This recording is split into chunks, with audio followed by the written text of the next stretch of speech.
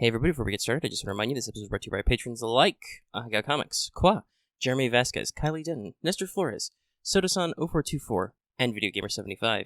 If you like what we do and want to see us do more, consider supporting us on Patreon. You can get access to episodes early and lots of other goodies, and it would really help us out.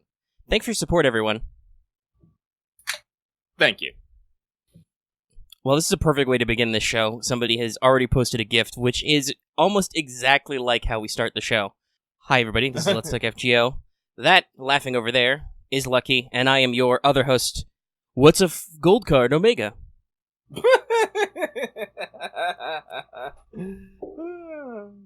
Well, more on that in a bit, but everyone, I hope you are enjoying Fate Grand Order, aka the Race to the Finish. And while we here at Studio Omega like to bring you the latest FGO-related news and memes, we will be talking about current and future events for both the JP and EM version of the game. So anyone not wanting spoilers should not stay up and get to bed at a reasonable hour. What are these lies you're telling them? Who does that? Alright, so before we get to the... well, that's really debatable. I mean, are you going to be staying up till 5 a.m. so you can catch a stream hot and fresh? No, but that doesn't necessarily mean I'm going to bed at a reasonable hour. Anyway, so before we get into the show proper, I figured we'd have a little talky times about some stuff, because this is an episode that is live to the public, in case you couldn't tell.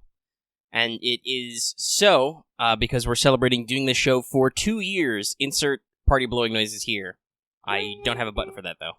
So, this is not technically the exact 2-year mark, because if I remember correctly, the original Let's Talk FGO was posted on, like, August 4th or something, because, you know, dates change around and stuff. Mm-hmm. But that also wasn't when we recorded it either, so we're past the point where we actually recorded 2 years ago. We're not quite at that, whatever. It just worked out.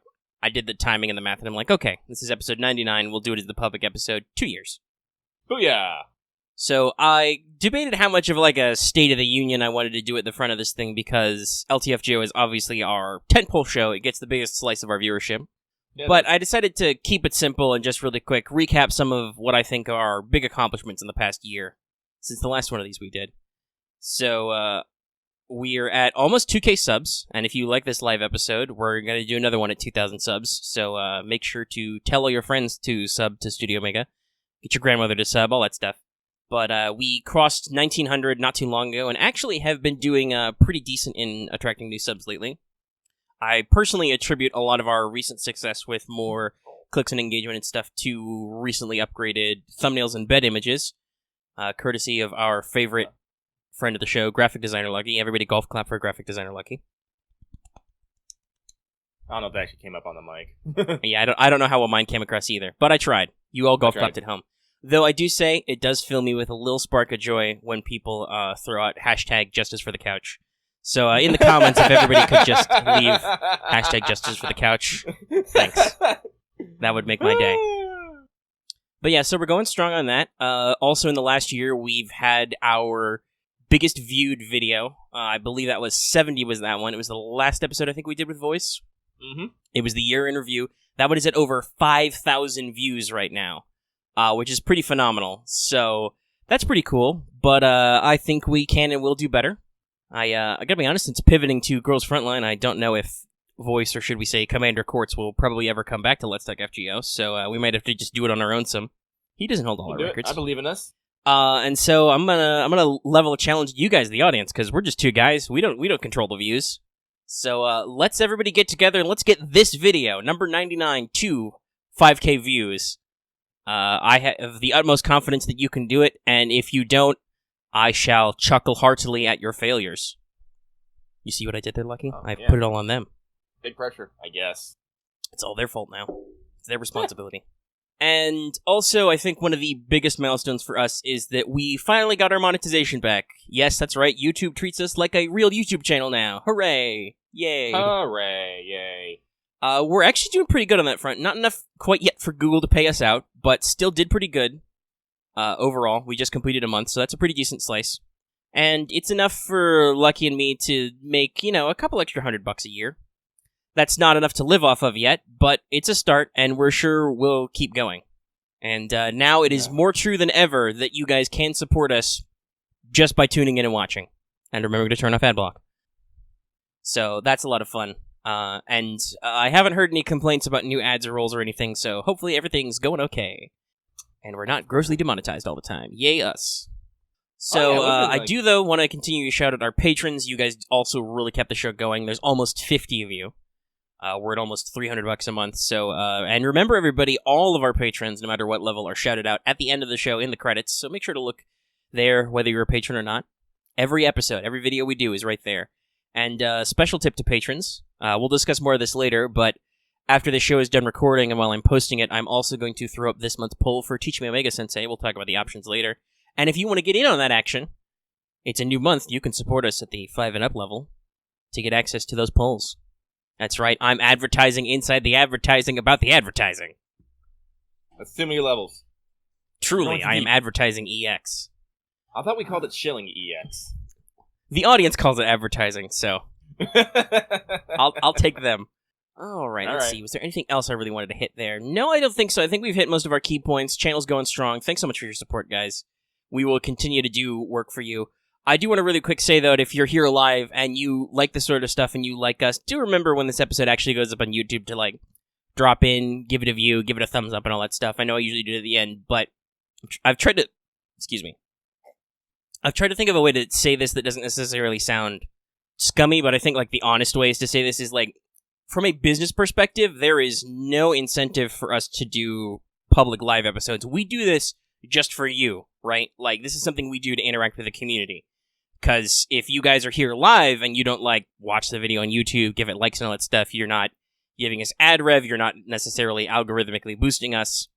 You could say that it's like a advertisement for some of our Patreon levels, because you can, at certain levels, get in every week to listen to us live. But if we do it too frequently, then there's also like, well, why would I give them money? I can just do it all the time. So do remember to continue showing your support for us, because we, love to do this stuff because it's real fun to hang out with you guys, and I know you were super excited. But, the buck doesn't stop quite here yet. Let me see. Was there anything else I wanted to throw in there? I didn't write my notes down, but I practice a lot. I think that's the compact version. So, Lucky, do you have anything you want to... Oh, actually, no, there's one more thing. That's right, I did remember. Before we get to if Lucky has anything to add, that's right, merch. Some of you have just remembered or just learned we do have a merch store. We've had it for forever. The link is always in the description. It's on Teespring. So you can go there, of course, and check out some of our favorites. You can get, basic logo tees, stuff like that. We're the Studi-store, by the way, is how you find us on Teespring. I'll drop that link in the chat for people. But for this month, that's right, I said it for the whole month, we are doing a little bit of a promo. If you use the promo code LTFGO2, that's the letters LTFGO, all in caps, and the number 2, you will get 12% off your order. So if you,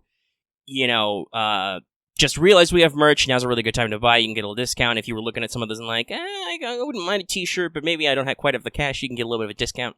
And I've said this before when talking about merch, it's a great way to give us a little bit at once, because we get a fairly decent slice of the profit on that, as opposed to, like, maybe you were only going to back at a smaller level for Patreon, or, you're not going to tune in for other stuff. We have fan favorites such as Power Level Orca, my personal favorite, SWAT, Special Waifus and Tactics, or one of Lucky's favorites, 30 Days of Chicken Fingers, an anecdote for my life. He laughs every time. Actually, Meg, I'm gonna cut you off real quick, because Devilish Leader, Steel Cart Run, wondered, did we introduce voice to Girls Frontline? Yes and no. So there's hopefully a very famous, if it's not pinned, I should probably go back and pin that one. But there was an episode where we mentioned Girls Frontline on Let's Talk FGO, and voice was like, no, you're not getting me into that shit. And that enshrined in a special place in my heart, because, well, now he's Commander Quartz, and he's hanging out with Girls Frontline English at their booth and stuff, which we will probably never be able to do, because we yell about that game way too much. Yeah, I have an image. I have it somewhere. I'll see if I can pull it up real quick, but I saw that in the chat, and I wanted to address that. So that was basically, though, my merch point. Yeah. Is just, merch exists, there's a discount if you want to check it out. It exists. Where the hell is that? Anyway, so we've talked about like current and past. We want to talk about future things we want to do, plans. Sure. So, as I said, we're gonna keep trucking along. Doing Let's Talk FGO. Keep doing well, what's up? In the future, though, we're definitely gonna try to spread ourselves out a little bit more. I've already like one of the big things we're probably gonna be trying to do within our next year is probably get a website up and going, somewhere where we can basically host all our content and basically make it a one-stop shop for everything us. Links to podcasts, hosting podcasts, links to merch, all that crazy stuff in one. I've already tossed Omega some options and my recommendations. We've both done quite a bit of research, and honestly, I think I want to pull from one of Lucky's quotes here and say that at the moment I have website ideas, but not necessarily website motivation. We have plans. We definitely want to do it probably sooner rather than later, but at this immediate moment, there's not a really strong drive from ourselves or people to be like, man, we really need that website. Yeah. So it is still planned. We still have a lot of the setup. We're just kind of figuring out when's the best time to kind of pull the trigger and, what would we want to do first, basically. Yeah. Second thing in the future, we're definitely going to try and maintain and to gain I guess I want to say a con presence. If not going to actually go to a con and actually have a panel, it's just just go there, maybe make some cheap merch and just give it out to people, or because honestly, it's aside from actually getting to the con, I can easily print up pay for maybe 10 to 20 t-shirts, get some keychains and stuff, and just be like, hey, you heard of us? Boom, have some fucking merch. Wear that at the con, advertise. There's a lot of things you can do, and I definitely want to do that as basically saying, hey, yeah, we are out there doing stuff. Yeah, we definitely want to in future be at more cons, just so we can do more reporting, more interaction, stuff like that. As I said, the two cons that, of course, stand out to the most are, of course, my local weeb con, Sakura Con, and AX, just because of the massive presence Fake Grand Adders has had there for the past 2 years, not to mention the ridiculous amounts of other things that we enjoy and like being there as well. But again, that said, while we can pay for some of that out of pocket, me personally. Technically, the beautiful thing about having your own Teespring store is if we order stuff from us, we still have to pay the manufacturing cost, but we get the overhead back. Yeah. So, but yeah, things, because going to cons, it's it's not cheap. Just not even including just bare minimum stuff. It's still pretty expensive. So again, a lot of that is how much support we get from you guys. And who knows, if we get enough support, we might be able to expand ideas to other cons and whatnot. But let us know, what cons do you think that you would like to see us at? Yeah, because if we start doing con appearances, then obviously, and as we are now YouTube partners, we're officially monetized, we'll have to figure out maybe a little interaction on our own, but hopefully this means we will be open to potentially, if not conventions, fully inviting us as guests is like you said, we could maybe arrange for official panels now. We can probably get sponsorships. And dear sponsors, if you're listening, we're 100% ready to shill right away. Stay tuned to earlier in this episode when I shilled our own products. I can do that for you. I can read ad copy. Bang energy drink. I'm drinking one of you right now. I could totally. Yeah, I think we talked about this in our technical and feedback. The ads that need to be on our channel are pizza and energy drinks. Domino's, I eat Domino's a lot. Domino's pizza. Give me a free pizza a month credit. I'll start shilling Domino's. But yeah, so we are building our influence and our success, and it's thanks to you guys. Thank you. And if we're going to talk about future stuff, YouTube has opened up some other monetization options for us now. One of those things is Super Chat, but that's pretty easy. That's basically Twitch donations. So in future in live streams, if you feel like dropping us a line, you could be like, hey, here's $5. Here's answer my question. Or just, I wanted to say hi and give you a little bit. And then also there are YouTube memberships. We will consider that, but the thing that YouTube wants you to do is special emotes and membership badges, which requires actual graphical design. So that's kind of like that'll take a little bit of work. I don't think we can take some of our Discord emotes. For instance, I don't think YouTube is gonna let boner fly. Even though I don't know, that's an edit you did. That might be fair use. Don't know. We'll continue to look into that stuff. Hopes and Dreams is also not going to fly. Also, I don't know if I'd want to do that because technically that would require us to come to a monetary agreement with the person who drew that. Yeah, that was devilish though, wasn't it? It was, but I'm just saying that the problem with licensing stuff is that, like that, and getting permission is that it may be very, very small returns. So I don't want to commit to anything like that right away. Because, if it's like, okay, I'll give you 10%. Well, here's your penny off the dollar we made this month. Or your dime, Like, we're not at quite a level where we make enough profits to start splitting it further. Air only just noticed Hopes and Dreams. It's been there for a while.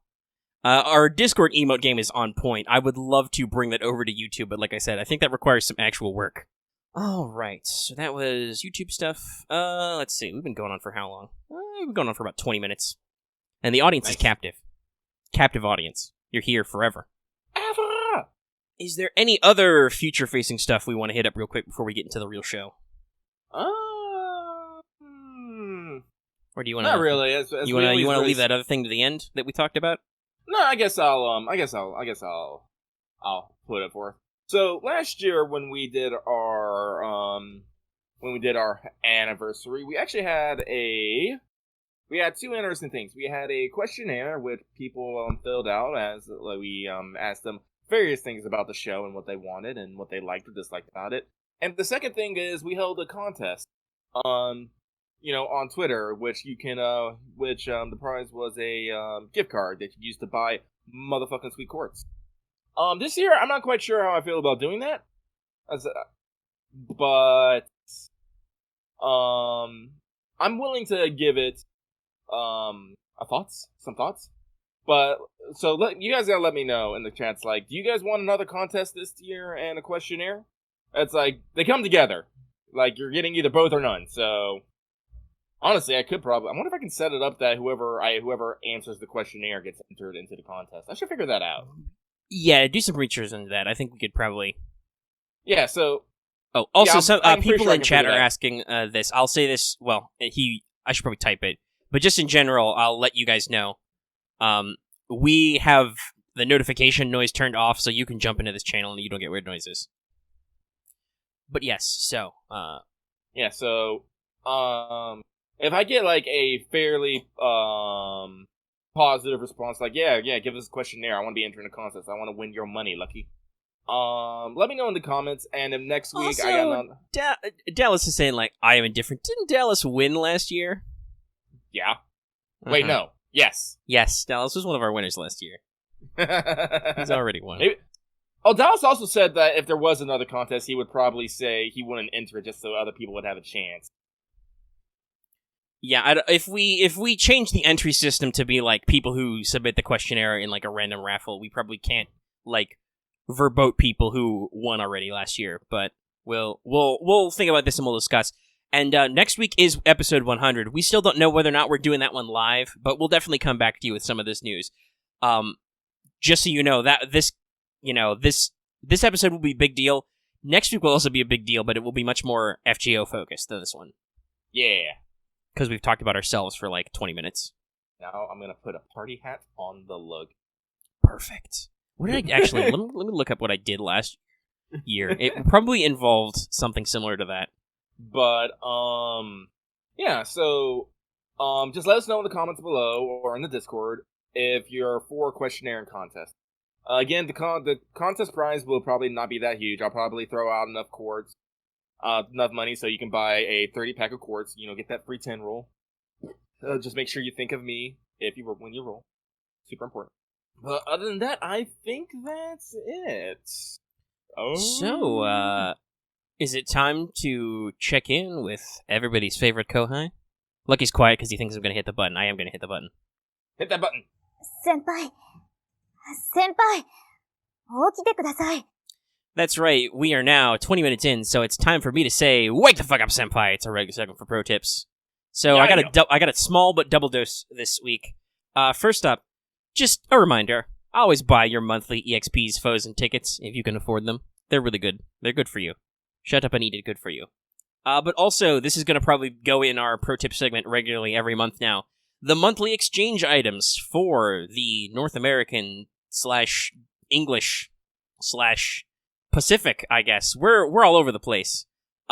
Server is Proofs, Fangs, and Stingers. So if you need any of those, now is your month. You can get like 30 of them. How many days does August have? Is it just 30 or is it 31? It's 31. It's 31, okay. There's a rhyme for that, but I don't remember it. Lucky remembering. So, that's pro tips. Well, let's get into the thing that people are really tuned in for. Let us start with Records from the Throne, our regular achievement topic. So, this is all me. So, in 68 tickets and 90 courts, I achieved MP2 Caster Nero, Saber Fran, Assassinito, and Berserker Nobu.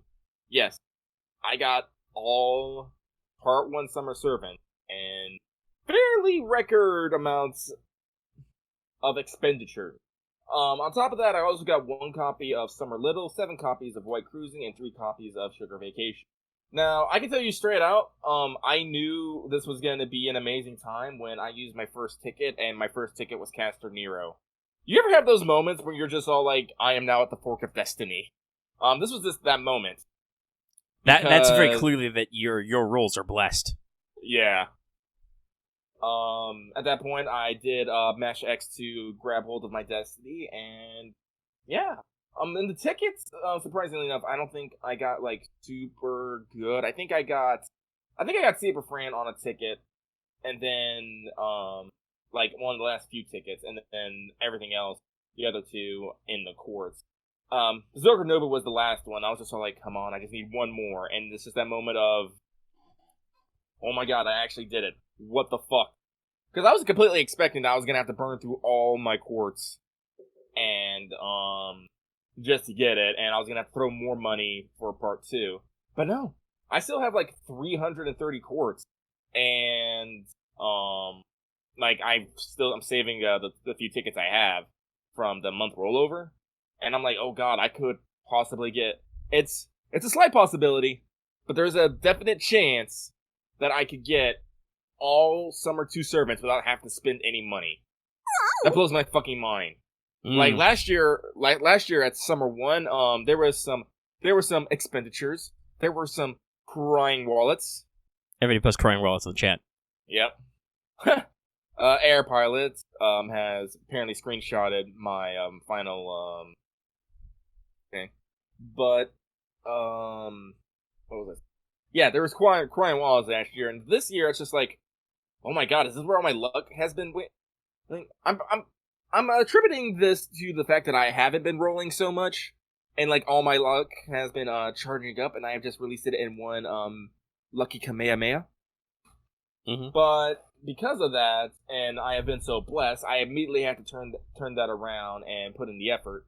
So in addition to all those rolls, I have protected Caster Nero, Saber Fran, Assassinito, Rider Ishtar, Berserker Nobunaga, and Ruler Martha Smile. That is the sound of Omega leaning back and being like, or leaning forward, 1 of the 2. So yeah, I basically took it, turned it around, and I leveled. Now I have every Summer Servant at max level. Don't look at their skill levels. Just don't look at their skill levels. They make me sad. All right, I don't have cookies. Nobody has cookies. All right, is that everything? Is that everything, you luck sack? You got all that out of the way? Yeah. All right, well, now it's time for not all the world's evils, but damn close. Caution everybody. What you're about to hear is an extremely cursed story. Everybody make sure to take some of your salt and throw it over your shoulder. make sure to, keep your hands clasped, keep your mind empty, and turn all your waifu figurines to face east so they face the sun. So, my story is 400 Saint Courts and no gold servants. That's right, none at all. No spooks, just fucking nothing. 400 courts. Literally all of it. So apparently this was the secret white cruising rate up, as I got 13 in total. That's right, everybody, 13s, 1-3. This is why I warned you about this being super cursed. So, yeah, just hold on to that one. That said, I did manage to score Summer Nobu on monthly tickets, though. I just didn't want to break up the flow of the story. But I did get one, much like last year where I got Rando Summer Marathon tickets. Though, once again, I do want to point out how much this continues to mock me, that as much as I like Nobu, I already have lots of single-target Berserkers. I have Herc, I have NP3 Beowulf, and Summer Nobu's going to be on a raid up in the future that I'm going to roll on anyway, so that's great. That's fun. That's great, FGO. I guess I just consign myself that I am truly your Bodhisattva. I am here to bring enlightenment to you, but to deny it to myself, as so many people credit Wanted as their catalyst for getting their waifus. And alas, I am not all alone, but very surprisingly limited, and my wallet is empty. My wallet is empty, and my disappointment is immeasurable. So, we'll see if anything happens on tickets with the second summer banner. Oh, you didn't submit? I thought you spent your tickets. Oh, no, I did, completely, but I will make tickets in the future because, well, I don't know, I might get enough for singles, but those don't usually do anything, those have never done anything good for me. Mm-hmm. That's where one of my Sathenos came from, don't you know? Don't you know? So, this may be me just time to go fuck it to the courts room and lock it all up until Christmas. So we'll see how the second part of summer turns out. Because unfortunately, there aren't a lot of tickets in this event, which is kind of sad. Yeah. Like, there's actually a decent amount of tickets in the first summer event, which I spent and didn't really get anything impressive out of. But, they exist. Somewhere. And who knows, maybe there's some event coming up where they'll, give us more tickets. I don't know. So, that's our intro level stuff. So, we're going to briefly touch on Skelograms, which is basically nothing. There's basically no news. They haven't announced the second part of Summer 2 yet, of Dead Heat Summer. It'll be soon, though. Expect that wanted video. I know you want it. You're out there. You're gonna use it to get your rolls, like always. But there's no new news yet. So we decided to do this show anyway because the final panel for the FGO Fez for the actual FGO panel will be on August 4th, and it'll be at about almost 5 a.m. my time, at least. So, that's a lot of delay before we could actually talk about the show, Mm-hmm. That's a couple of extra days, and so on and so forth. So we decided, alright, we'll skip it. We'll talk about it next week. We'll get it all in one show and cover it all. That said, over this weekend, expect a lot of news, and a lot of previews, maybe from some of the stuff that's not streamed. They've got all kinds of anime panels, like about Heaven's Feel, Camelot, Babylonia, etc. There's a panel about the 15th anniversary of Fate Stay Night, which has happened recently. It's been about 15 years, which means, by the way, in case you're wondering, Shiro and Rin would now be in their 30s. So there's a mind boggler for you. But yeah, it's keeping on. So we'll keep you apprised of that. They have released more Anniversary CE designs, the fuckers, and they have immediately boned me. Because one of them is Tour Guide Areshkigal. Yep. Which is also a Yu-Gi-Oh reference, probably. Because she looks a lot like Tour Guide from the Underworld. There's also a Musketeer-type Da Vinci, too, so I'm just like, well, y'all are assholes. Because in case you forgot, before they revealed these, I was already like, shit, I've already got two. Because there's a Witch Asakabe Hime, and there's Consort U in there, and I'm like, but now it's just like, so the new ones are Aresh, Bradamante, and kind of like a race queen. We've got tour guide / contestant stand Bedivere, who's super dashing. Little Red Riding Mary, whose design is quite popular, I think. Yeah, I've seen a lot of her on Twitter. We've got Prince of Lanling at the beach. We got Da Vinci, as we covered, and I believe that's everybody new. And there's still, let's see, 2, 5, 10, 4. So that's 16 more they haven't revealed. So, it's a real danger zone up in here. Hopefully they put all these... Actually, so somebody should check if they put the anniversary CE designs in the CE art books. Because hopefully they do, and I can buy an art book one day. Nice. I don't know. That's why I'm like, I don't know.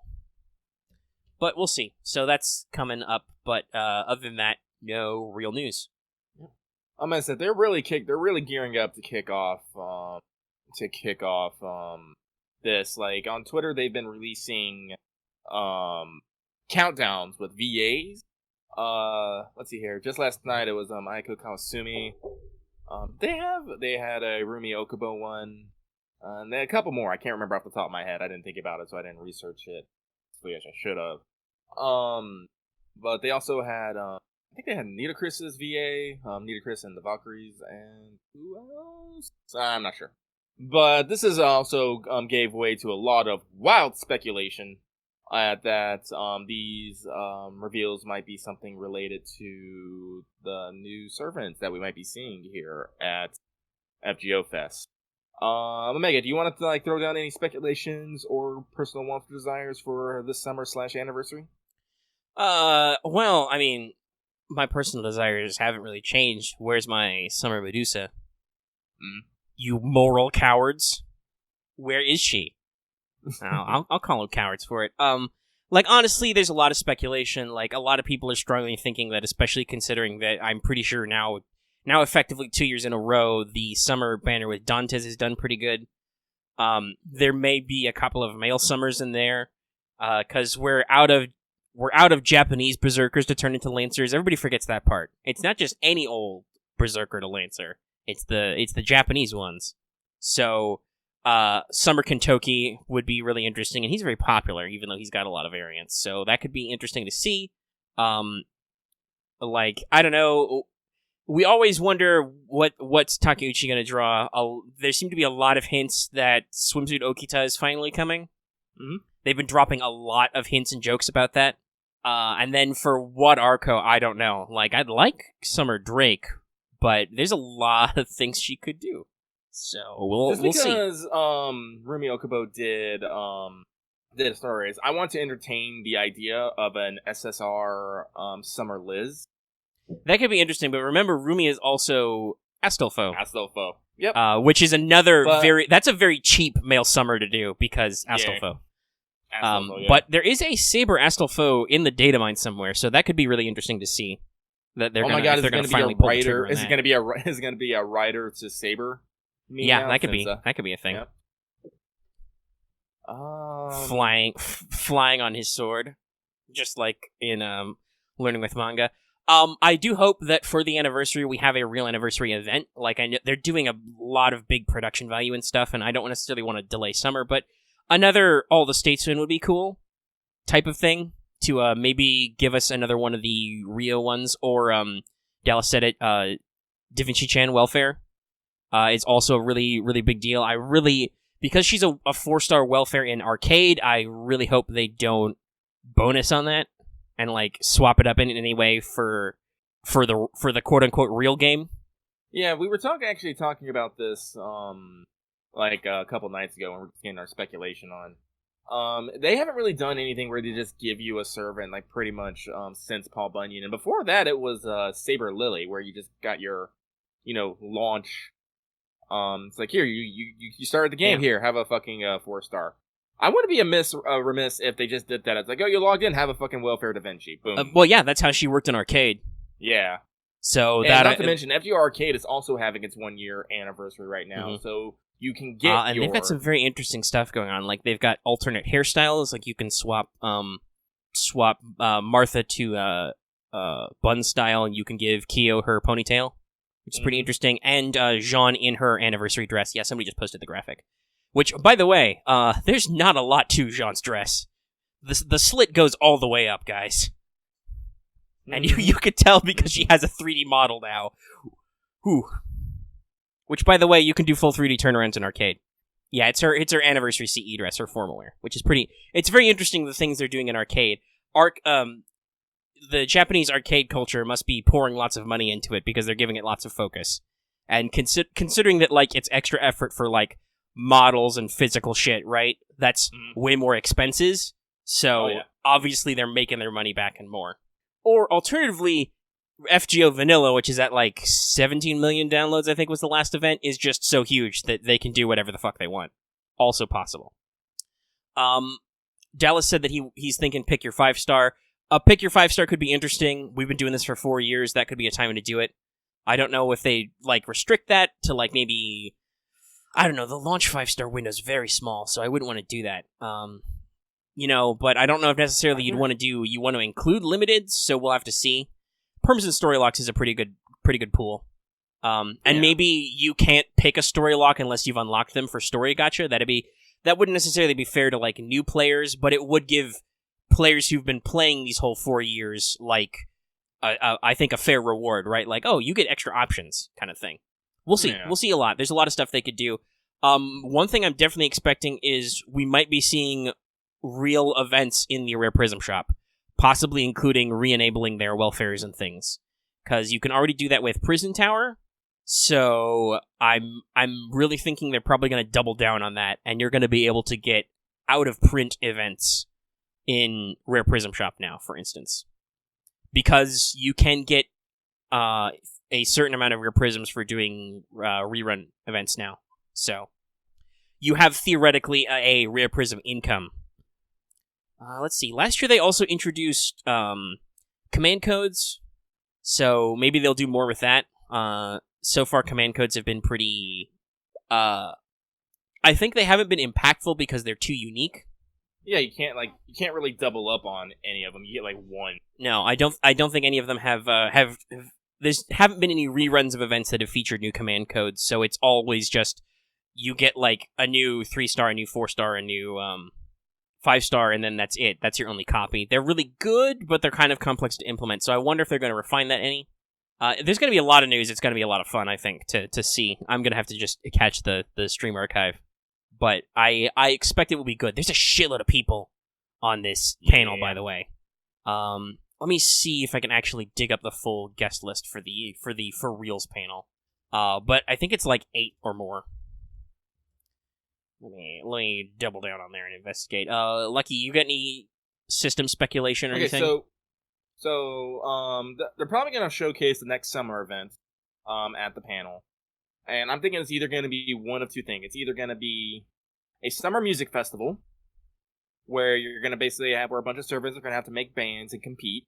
So good way to actually get some male servants in, because you can have some boy bands. Or two, they're just going into space for some reason. Some fucking reason. I don't know what reason. Summer space. Wait, can we have Summer 4 be Saber Wars 2, please?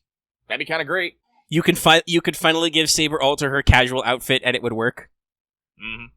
Because of the hot pants. For summer servants, again, like Summer Liz, Summer Okita, maybe a Summer MHX alter. Yeah, MHXA I think is the next big Artoria that needs to... Like, I really want Lancer Artoria just because I want them to do that, but also MHXA. Yeah.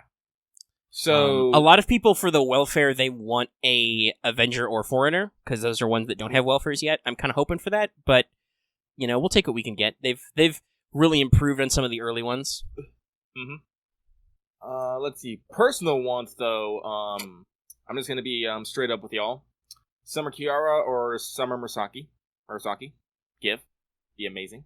Summer Carmilla. Also amazing. Summer Artoria. Be amazing. Summer Astolfo. Actually, when I think about it, though I will say also, I'm personally thinking that there will be a Summer Semiramis at some point, because that was heavily hinted at her debut at Valentine's a couple years back. Yeah, well. And that would perfectly fit our welfare description, because she is a limited 5-star who's super popular. Yeah. So do you have any more speculation, or do you want me to give you the guest list? Oh no. Let's see here. And for the Summer Anniversary Servant. That one I don't know. Yeah, because there's a lot of people saying it's gonna be Tomovich. It could be. It could be. It could also just as well be Summer Da Vinci, but again, that'd be real dickish of them if on one thing she's a free welfare and in the other media you have to roll. Yeah. Of course- I'm constantly hoping for Muramasa finally. Yeah. And That's the other they big- have been doing much better about males in story stuff. So I could see, a big tentpole limited male servant. Yes, another limited male saber. So it's not like it's outside their playbook, right? But yeah, we will once again have to see as I feverishly coordinate my. Wait, no, this Berserkers and Sabers. I want to put Nobu in front. That would be hilarious. Summer Muramasa. We don't even have the regular version, but we get a free version of him for Summer. Yeah. Yep. They're just completely going to destroy us. Oh, by the way, just to say to everybody, your wallets are fucked. I'm preemptively your wallets are fucked. Like no matter what you're comes up, boned. your wallets are fucked. Because it's going to be Annie, and then they're going to probably tease Summer. But yeah, it'd be great if they did if the welfare. I don't know why, but just make it a Summer Oreshkigal. That would also be a really good parody. I wouldn't mind that. Yeah. Black. Let's see, I'm trying to think. We've done a lot of predictions over the last year of the show leading up to this summer, so I don't know. Go back to listen to old episodes. We've had some pretty solid ideas. One thing that people like, patterns are true until they're not. See Summer Ketz. Or well, it was technically summer, but it was Christmas Ketz. Yep. Who was also Carnival themed, so it was really weird, right? I do think that unfortunately means we're probably not getting swimsuit Ketz because, well, yeah, Carnival already. Carnival. So there's definitely some things that get broken pattern wise. That said, I want to point out that while they do usually have a couple of tent poles that are classics, right? Like Takeuchi usually has drawn all the 5 stars until now. One Arco has drawn all the other 5 stars until now. Yeah. Usually there is a saber face in some form as one of our big tent poles, which again is like they've been leaning heavily into Summer Okita with the jokes. Yes, Shiny Pogs points out so far a JP Berserker has always become a Lancer too, a Japanese character who's. But again, patterns are patterns until they break them because they've started running out of those, which is why I'm like. Ooh, you can maybe we'll see Summer Kentoki. That could be real fun. I mean, he's a fun dude. They could just ditch the Japanese because they could too. There are still plenty of Berserkers. Yeah. Though they've in that case maybe they'll make one a Saber because Fran. We'll talk more about Fran later. Still Penny. How about Summer Lancer Nightingale? That could be funny. Yes, I know Summer Cha-Cha. But she's a welfare. That might be weird. Though she does say she wants a swimsuit, so they could blow our minds. Yeah, she wants. Nobu was a welfare herself first. Says she wants a string bikini, so I'm all like, excused. Not what you look like that, dear. Summer Nightingale could be fun. But the thing I was going to say was that they like to do lots of FGO originals, like at least half the cast. If not more, will be original to FGO. Like, because that's a thing they like to do. They like to really hype this up as FGO Summer. So that does mean that like Cha-Cha's probably a decent, care. They've been getting way more weirder and like robust with ascensions, right? Like earlier this year we had Kama by the lovely Redrop, with her like completely different 3 stages of sprites. We had King Protea this year, who is the hugest sprite. Last year, it was a little bit before the anniversary, but last year there was Valkyrie with all the 3 different ascensions, who have all different voice actresses, so on and so forth. Most recently, also similarly, Avenger Nobu, who's got 3 different stages with 3 very different looks. So, they could play around a lot. Galaxy Brain prediction. Motherfucking Summer Tiamat. Yes. Actually, heck, fuck it. They could make Tiamat the anniversary servant. That'd be really amazing. Blow our minds. That would, yeah. But, okay. So I've got the list of guests on the big FGO panel, which we can possibly springboard into future speculations. So there's one name that I gotta check in here, because I'm like, I don't recognize it. So let me double check this guy first, if he shows up. No, so he must be staff. audience, you're gonna have to fact check me because I'm not good with names and I don't recognize it.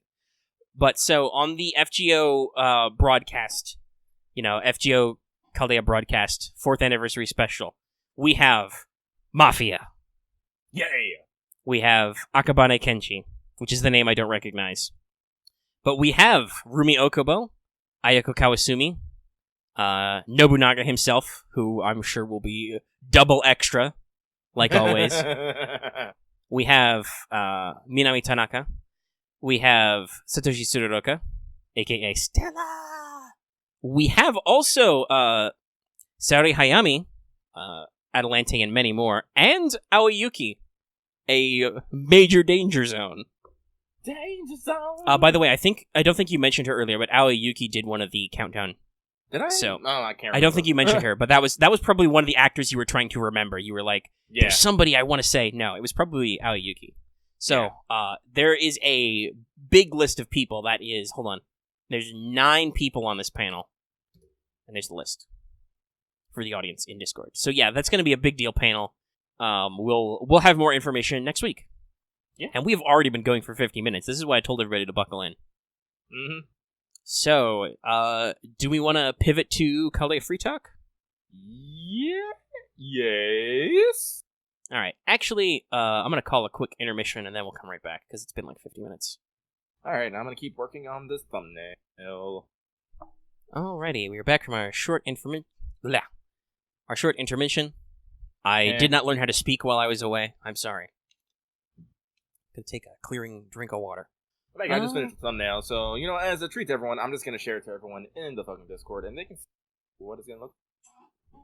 Yeah, usually we do that after the show's done, but now it'll be before. Treat! Yay, live stuff. Things are happening! Oh, wait, no, do I want to put in... No, I don't. I was considering, do I want to put in 2-year anniversary? I was like, nah, we don't need to add text to this. No. It's festive enough. No, it's probably fine.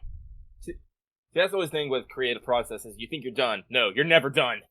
No, you're always thinking about if you're going to refine it or not, but at some point you got to be like, no, it's done, dude. It's done. It's done. We're done!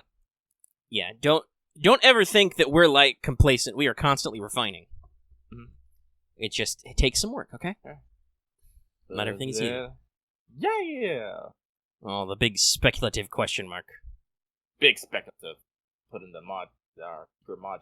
Alright, I will save this to assets for later so I can stick a banner on it, maybe. Or maybe some funny faces. I love the funny faces. The only reason why it took this long is because I couldn't figure out what I wanted to do for the third serve, and I was all like, but who? But what? And I was all like, oh wait, a question mark just fucking works. I'm just gonna roll with that. I'm done. It asks questions to the audience.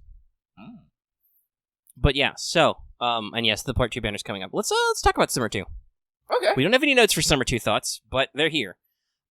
Before we get anywhere, I do want to say that in no way has my Complete and Underblood of Courts actually diminished my love of this event.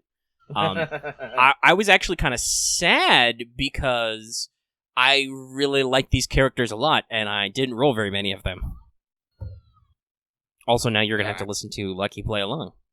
Yeah. I'm done. Lucky has made his magical transformation from graphic designer Lucky back to regular old Lucky. Yeah, basically we put on hats, or sometimes we put on those masks like Mission Impossible style, and then when we're done with work, we just rip them off and throw them away. And we tuck that blanket on ourselves. My chair is creaking. But yeah, so Summer 2 started off very strong. Those intros, like at first I was like, God, these are kind of lengthy, but also they really got me, I think, with the quality of the writing. Oh yeah. Again, I will say this intros reinforces the fact that Holmes is kind of a dick. He's doing what he do. Which basically means he's gonna stroll in, drop a truth bomb on Leda enough to make her cry, and then GTFO before he has to deal with any of the fallout. Oh, let me just drop a casual observation on you. Boom. No reason for the observation. No reason for the observation. Well, you were kind of pontificating because there was actually an interesting talk about Helena, because Helena was like, oh, even though I look really young, like technically technically because of magic, I never really aged physically, so I looked like this when I was a little old lady, right? So that gives her a lot more maturity and experience as a servant because she's quote-unquote summoned in her prime. Mm-hmm. But you as the player character are kind of like, they do give you a little bit of wiggle room because they don't necessarily say exactly what you say, but they give you enough of a wiggle room to be like, you know, your character's kind of like having a hard time buying this, especially because many of the other tiny people, you know, act really tiny. So it's like, I'm having a hard time grasping this. And then that deeply triggered Helena's PTSD, which caused Tesla and Edison to work together. See, that's how you know shit's serious. They're like, Mr. Lion Man, Mr. Lightning, we must come to an agreement. As men, handshake, explode. Also, this was a fact that was quoted in our Discord. Edison has rigged up Chaldea to explode if anybody uses alternating current. The complete madman. So that was an interesting one. Possibly relating how much you feel like maybe certain teams are perhaps favored by the story. One of the most hilarious was Shooting Stars intro, which is canonically the first. I think they're done in order because that's the first one where Ishtar pretends to be you and turns on her Goddess of Beauty charms as you. And completely bamboozles Nero and Saber Altar. Like, completely brain blasts them. And they're like, I will race now. And you're just imagining, because her dialogue boxes have, like, winks and twinkles in them, and you're just like, oh my god. Like, your Ishtar as you is just casually leaning against the wall and being like, I want to see you come in first place. Big wink. Just, you know, sparkles fly out. A fucking and then they just servant. They do the whole fucking. And they fall for it. A hook. Like they do the whole like light up and fade in kind of effect. Mm-hmm. Oh, it's great. But then Ishtar's like, ooh, maybe I came on a little too strong. I'm gonna let the real one take care of this. I mean, Nero is a little bit of an airhead, but she's also very creative. Like, because she came up with a plan for her mobile and all that stuff and handed it to Da Vinci.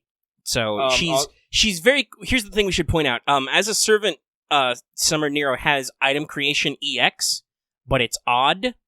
So she's unquantifiably good at creating items, right? In a magical sense. But they're very weird for her. Her fundamental ability is strange. Yeah, X, but also it actually directly relates. Like, honestly, Summer Nero doesn't have very many summary skills, but they're much more her actual potential as a caster coming out. But that's a discussion for a different time. That's in Wanted. Go watch that video. Watch it like 5 more times. Yeah, again, though, Tyrannican 97 does say it. Poor Tristan. Yes, like, that was a very interesting Tristan cameo.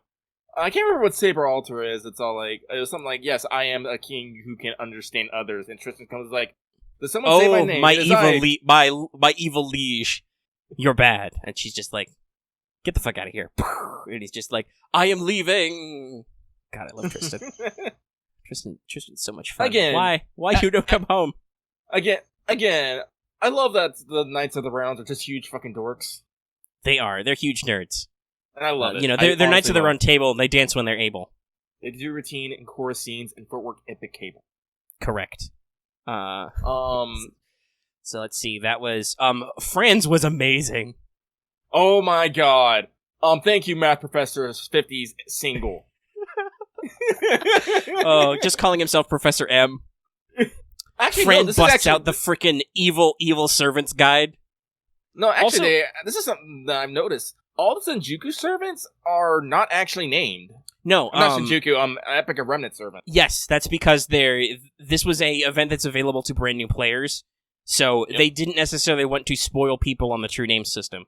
Yeah. So you have so you have like the caster storytelling. You have Professor M. Mm-hmm. What do they call Pen? Queen of Abs. Well, no, that's her in battle name anyway.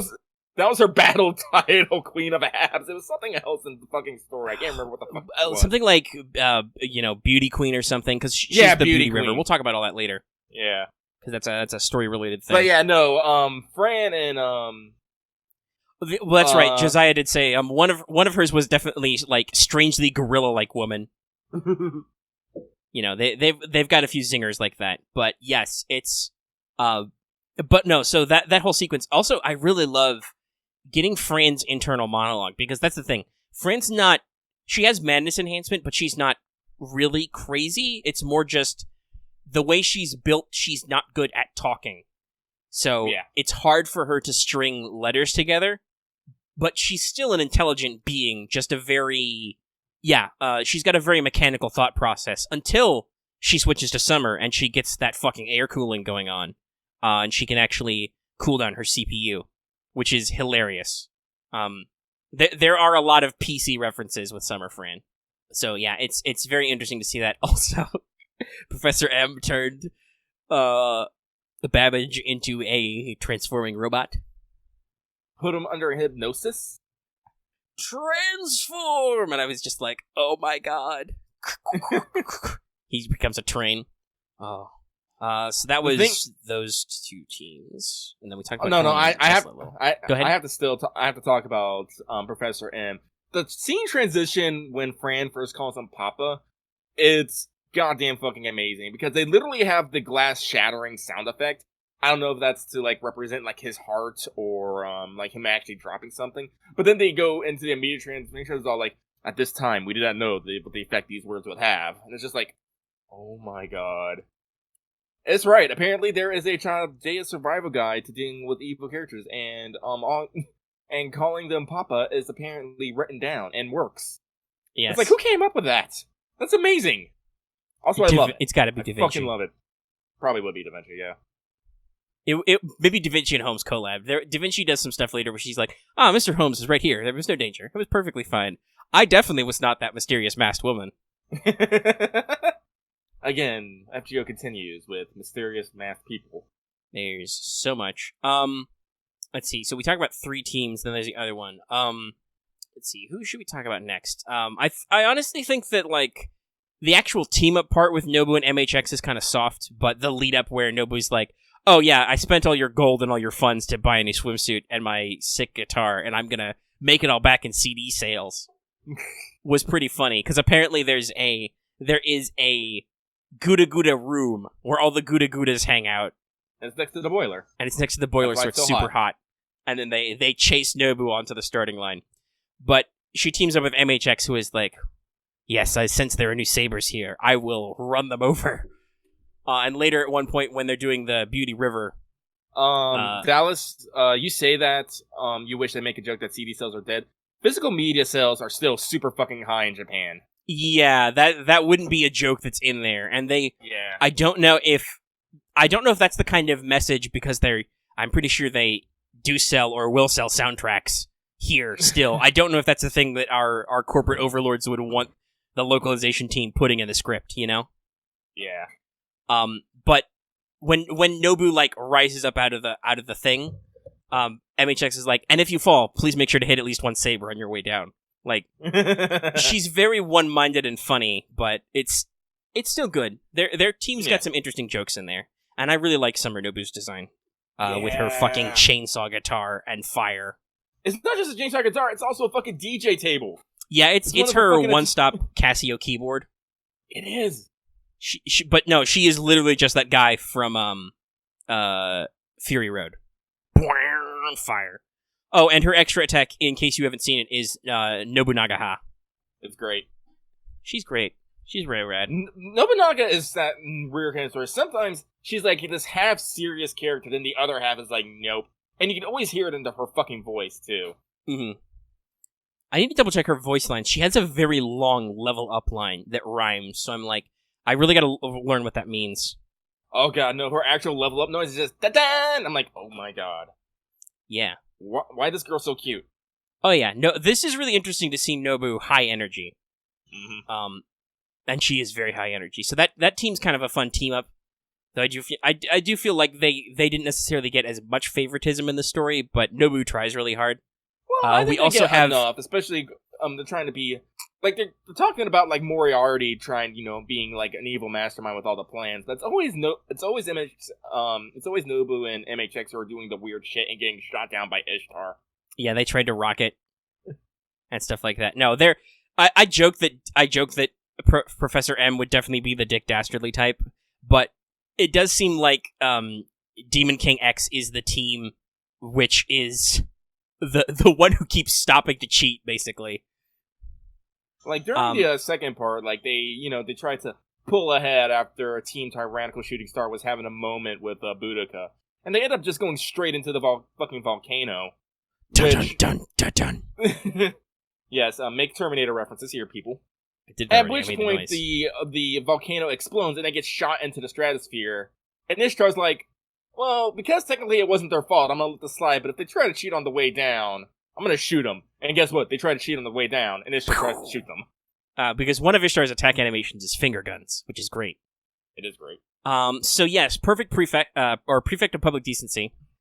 This intro is hilarious, but also, yeah, they're kind of a weird combo. Yeah, because honestly, Raiko's like, I'm very concerned about this summer thing, Master. It's very immoral, and you're like, well, and then she's like, I will transform, and she pops on her Tsukebon outfit, and you're like, Raiko, have you been watching TV from the 70s? And Raiko's like, shut up, quiet you. And then she's like, I am here for public decency. And she basically starts. She challenges Sanzo, and she's like, "You're wearing a bikini already." And Sanzo's like, "Whoa, hold up. Yes, this does resemble a swimsuit, but also this is a holy garment. Fuck you." And they're like, but at the same time, Sanzo's like, "This woman is strangely blessed by the Buddha. I will follow her." And they're riding horses. So they do have a lot fewer dialogue options. I think it's because Raiko is deliberately kind of no fun. Like, she's playing the straight man role in her own weird way. So, like, I'm not gonna lie, I get a lot of weird feels from Raiko.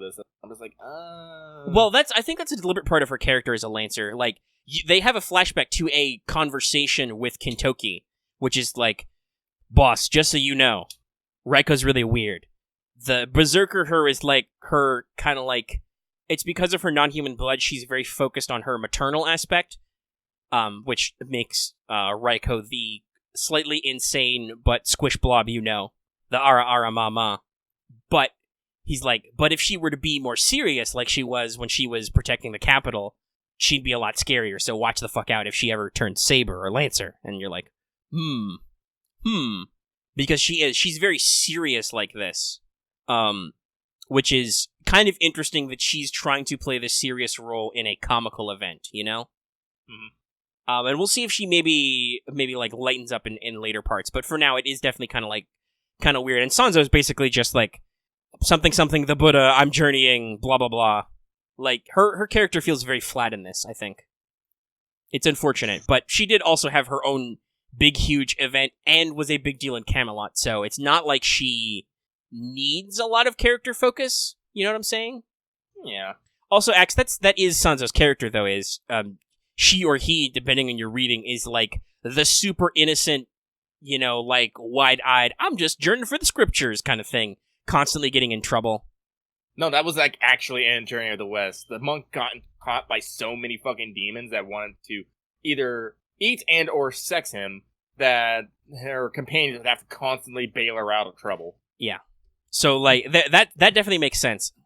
Yeah. And yes, it's Indra, because that's where the Vajra spear she has, as Raiko is. But yeah, and then our last team that we've talked about, Desert Beauty, they're a comedy routine on their own. Poor Nito. I love them so much. Poor Nito. She's just trying to do her best for Ozzy, like, because Nito's like, well, first of all, deep cuts. She's like, Iskander was nowhere to be found. It's because he's never on read up. Like that was a deep cut, I thought. Yeah, by the way, I do want to shout out that they actually like Iskander actually did like conquer Egypt and is considered a pharaoh, so I think that's really pretty awesome. And historically, he is. That's where the Ptolemaic dynasty, which Cleopatra is from, they're descended from Ptolemy, who is one of Alexander's generals, who was like, all right, Alexander has died. I declare myself the governor of Egypt, which means I am the pharaoh now. Boom. Mm. So yeah, no, he was granted the title of pharaoh. Yep. Also, Cleo couldn't team up because she and Caesar are off having a summer vacation. Well, Caesar's off. They think that Cleo might just be stalking him. But hey, the question is whether or not they're together or not. But yeah, so it's like, Caesar was like, I'm going. Basically, he sounded like he was going on a food trip. He's like, I'm going to take a summer vacation and eat some interesting things. And Cleo was like, I'm going to take a summer vacation with my husband. But Nita was like, I think she's just stalking him. So she senses the leaderliness, the kind of like the appropriate time and place period from Shez, and is like, you're magic, you'll do. And then they form a comedy routine, basically, because Nito is constantly like, I must succeed or else I will probably die. But Shez is like, we cannot go faster or we will definitely die. And there's a lot of fun stuff going on there. Also, a lot of jokes with her garment. Like, I did not know that the garment's expressions actually changed. Yeah, there's a couple different Medjed sprites. It's great. It's great. It's like, oh my god, it's so great. Like, Nito's ascensions are great, but her just being underneath the Medjed sheet is amazing in its own right. But yeah, so Desert Beauty's kind of the much maligned slow and steady team, constantly trying, right? But they're doing okay. So those are our teams. Ishtar's super suspicious. She's funding all of this out of her own pocket. You know, everybody's like, we can completely trust this goddess. She is the best. That's not true, but it's okay, because she's great. She is. But like, honestly, well, go ahead. Just speaking, like, the same thing happened with Writer Ishtar that happened to me with Archer Ishtar. Because, if y'all remember, like, I don't, like, really look at animations or characters and stuff. You know, they just show up when they show up. So when I got, not Writer Ishtar, when I got Archer Ishtar and I saw her animation, like, this is fucking amazing. Like, same thing with Writer Ishtar. I got her, I'm like, alright, let me level her up, let me use her. She's, like, using the finger guns. She has, like, I'm just gonna call it a wave motion cannon, because that's what it makes, kind of. Yeah, she has, for a Rider, she has a surprising amount of beams. Yeah. Like, her extra attack is her, like, splitting into three and, like, delivering kicks. I'm like... And she's just still constantly floating. She refuses to touch the ground, this girl. She's divine. Also, another important thing is she's using some of Rin's Chinese martial arts. Yep. So she's got some classic, you know, straight jabs and kicks in there. And she's got the other half of her divine boat is her fucking Vespa. Meet me. Apparently, the divine bull just showed up and is hanging out with her now. Only it's tiny. It's so... Like, this is just the fucking joke. Yeah, let's take these giant oxen things and make them super fucking small. I don't know if there's anything, but they did that with Babe.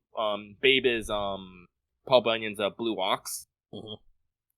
And now they did it with the divine bull. Yeah. I was, like, trying to think if they did it with any other... You can't say Tarask, because Tarask is, I think actually Tarask is at a proper size. Arguable foe. Yeah. Though I don't know if Beast 4 has ever been fully depicted, just alluded to. Well, I said, we've technically gotten through 3 Beasts, so... But yeah, so, like, we know as primate murder, there is a big scary foe somewhere. Be scared. I am scared. Also, I just Subarashid, so... Good job, me. Good job. Also, yes, no, you're right, Quicklies. That's the little thing with her is her tiny divine ball. Yeah. It's the thing that she sicked on Gil and Enkidu when Gil was all like, be gone, woman. Yeah. But so, let's talk about some of the event stuff and like some of the sections we're going through. Some people have questioned what's going on here, so I feel we're into all 4 areas. We're in the Artemis Valley right now, so I feel like I don't know if I want to give away too much, but I do kind of want to explain, like, if some people are interested in, like, what's all the names of these things? Why are they called that? Why are these characters here? Like honestly, I wouldn't have known, except for, it was honestly one of the weird, odd things I remember from us talking about it when it first came out. Yeah, because that was a thing we mentioned. Yeah. So, because it's super interesting to me, because I'm a huge space nerd. But just Google certain things, like Boudica fossa, or Adelante plantia, or is it Artemis valens? I have to double check. I looked them all up. The spoiler version though is they're all actual geographic features of Venus, which are all named after those characters. There's a feature named after Artemis, Boudica, Adelante, and Penthesilea. So yes, like that's what we're going for here. And you may wonder to yourself, why is this significant? Ask yourself maybe who is associated with Venus? Think about it, guys. Think about it, kids. All right, I'm gonna take a break from my play because I've done every question. I was thinking about that, and I actually had a for better loose of a term, a galaxy brain moment. It's like, so the body, not the goddess, guys. You're thinking too hard about this. You're wrong direction. All right, so I guess I'll spoil a little. So if Ishtar, one of his aspects is Venus, and Aphrodite is also a aspect of Venus, then does that mean Nero, who claims to be the daughter of Aphrodite, actually the daughter of Ishtar? No, that's not how that works. Also, Nero's not directly related to that. Though, Caesar is... There was some commentary about Caesar being descended from Venus. So, I don't know. We'll put some interesting things, but I believe that the pantheons are supposed to be separate. The thing is that the planetary body is named after Venus, the Greek goddess. I don't know if that was classical or not, but in Akkadian and Babylonian mythology, the governor of that celestial body is Ishtar, the morning star. Also, devilish, yes, that's correct. There's actually some commentary on that, because of syncretism. Like, mythology in Nasu is very messy. Yes, it is. Very, very messy. But yeah, so there's the Ishtar is the goddess of the morning star. Well, Aphrodite, the Greek goddess. But it's a classical deity that she's named after the celestial body. Don't you fucking double test me. I will flaming pile driver you. But here's another fun thing. Is that she hasn't showed up in the event so far, but it's also very important to note that Quetzalcoatl is associated with the celestial body that is Venus. Oh. And actually, I don't know off the top of my head if she'll show up later. But that's just a fun fact. So don't be surprised if she pops in, says hi. Maybe in part 2, I don't know. There'll be some fun stuff. Also, some people, I'm definitely not going to talk about this, but some respectful people have, some observant ones, have noticed that if you look on the world map, which always tells you where the latest event is, this event appears to be in Ireland. Like I said, I'm not going to spoil any details, but the symbolism, the lores are deep here. The deepest lore. So yeah, that's a super fun detail. So the actual bosses are pretty fun. We're in section 4 right now, the Artemis Valley. The Artemis Mounds. But huge tracts of land. Yeah. A reference I think you can make. You can also make a Twin Peaks joke, which is great.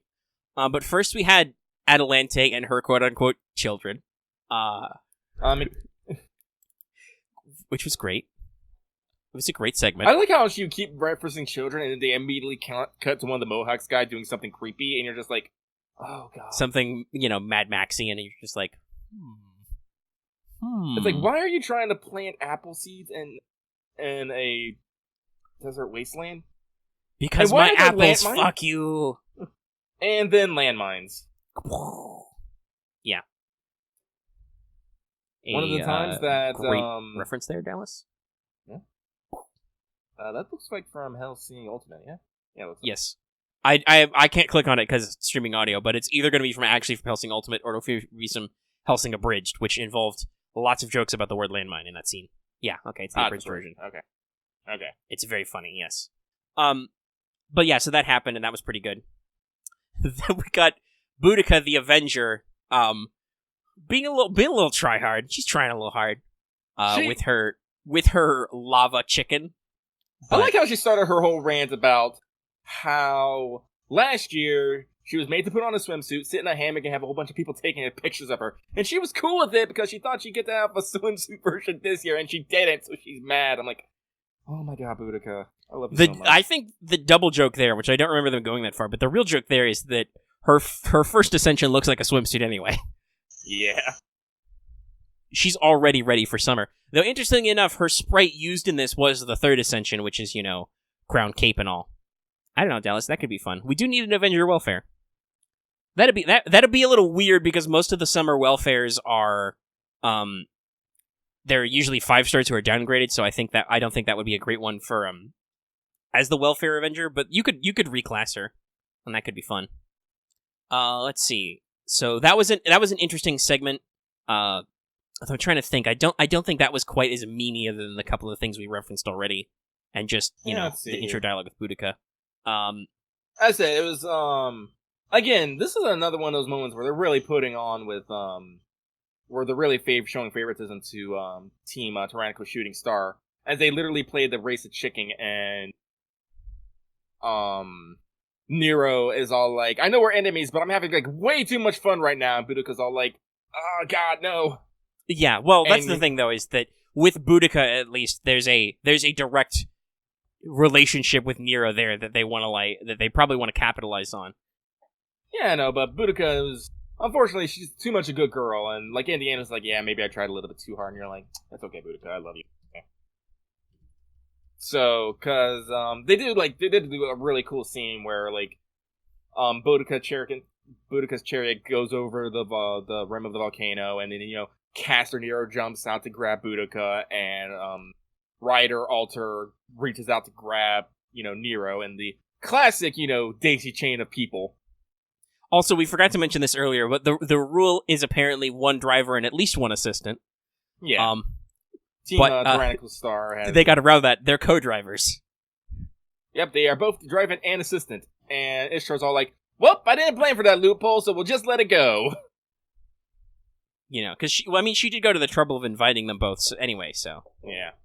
She wants winners. She's a god of war, don't you know? She needs people to compete. Yep. So then we got to probably the memeiest segment so far. The Penth River, which is great, where, yeah, it's a beauty contest. You go faster the more beautiful you are. It actually had an in-game buff. That was crazy. Yes. An arts buff, which was funny. But, yes, so, there was this whole segment with the mysterious masked countess talking about their cars, which was great. But also, one of the judges was a mysterious armored man or a robot called Mr. B, who had very specific tastes. This segment was really funny because it was like everyone's trying to compete for their beauty and stuff, and so it's like Tyrannical Shooting Stars, a solid like B level. They're pretty typical, but they're good. Yeah.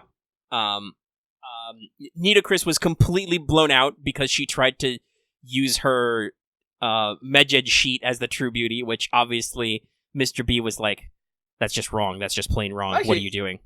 Like, the crazy thing about Mr. B is like talking about like, man of culture levels. He was actually like really on point with like a lot of the things he was saying, like manifestations of beauty and culture on most of them. Like, how, like, exposure wasn't the end-all, be-all, but you still needed, like, some of it. Right, you need to do a little something, right? You're not even in a bikini, you're in, like, a one-piece, and, like, a sporty one-piece. Yeah. So, yeah. It's like... And then the thing for...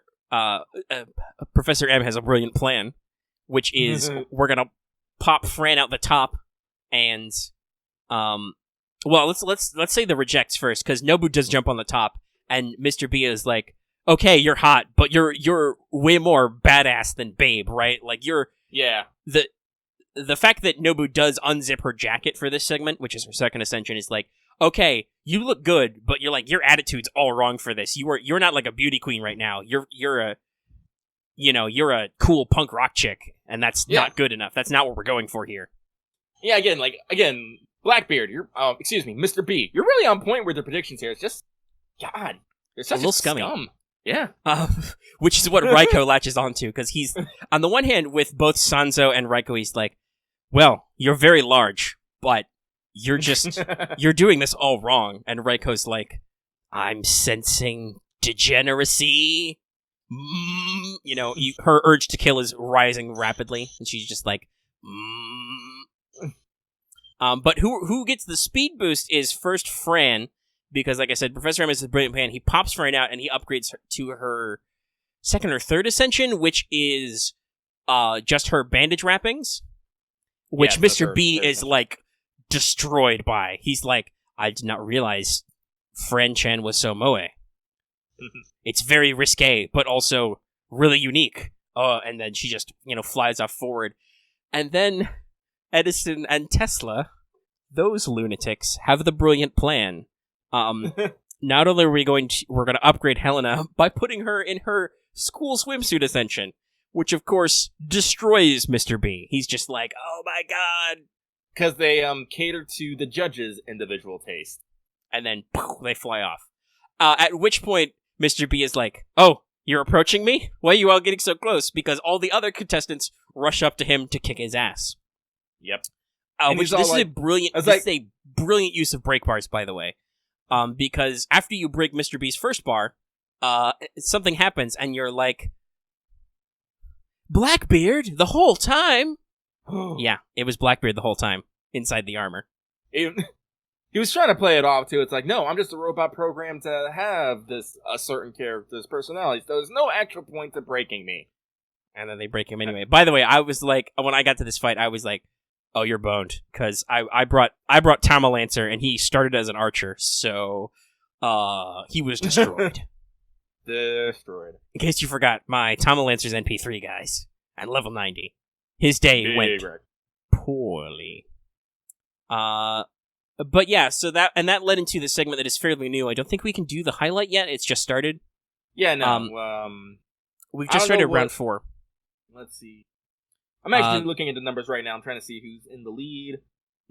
Hopefully they've calculated it already, because my phone's not up right now. Okay, Team Tyrannical Shooting Star is in the lead, but they still have 692,770 meters to go, or miles. Yeah, so some people have wondered, Tyrannical Shooting Star has won 2 out of the 3 rounds. The only reason why Prefect of Public Decency won last time, I think, was because they had a very easy farming node. Oh, yeah, they did. It was amazing. So there does seem to be a little bit of favoritism in the drops and nodes. So, yeah, there's the single-class nodes are much better for farming. So, depending on what mats people want, different teams have been different priorities. It's been pretty consistently that Shooting Star is in the top. HTE is usually pretty good. They did pretty bad last round, but they usually do pretty good. And Electrical Steam Feet Papa is another usually popular team. Let's see. Right now, it's first Team Tyrannical Shooting Star, then Team Satisfaction HTE, and then third is Desert Beauty. Yeah. I'm about to start farming Tyrannical Shooting Star because all 3 of them are just casters. Yeah, that's a good one. That's a good one for me. I've got lots of riders. Yeah, and I think it's going to be a good metal plate farm, if I... Ooh, I don't need plates. I need wheels, personally. I have all my copies. To talk about how I'm doing in the event now, and we'll talk about how we feel about it. I've got all my copies of the Store CE, and I just need the last couple of Ishtar's mats.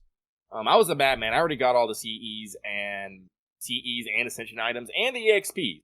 So yeah, I've had a very weird time farming this because I feel like the best hours are like at different times, and I've been very sleepy lately. So it's like I've managed to do everyone's quest at least once, so I've gotten all the other rewards, which I'm happy for. But I haven't quite cleaned out, though I'm working very well on the EXPs.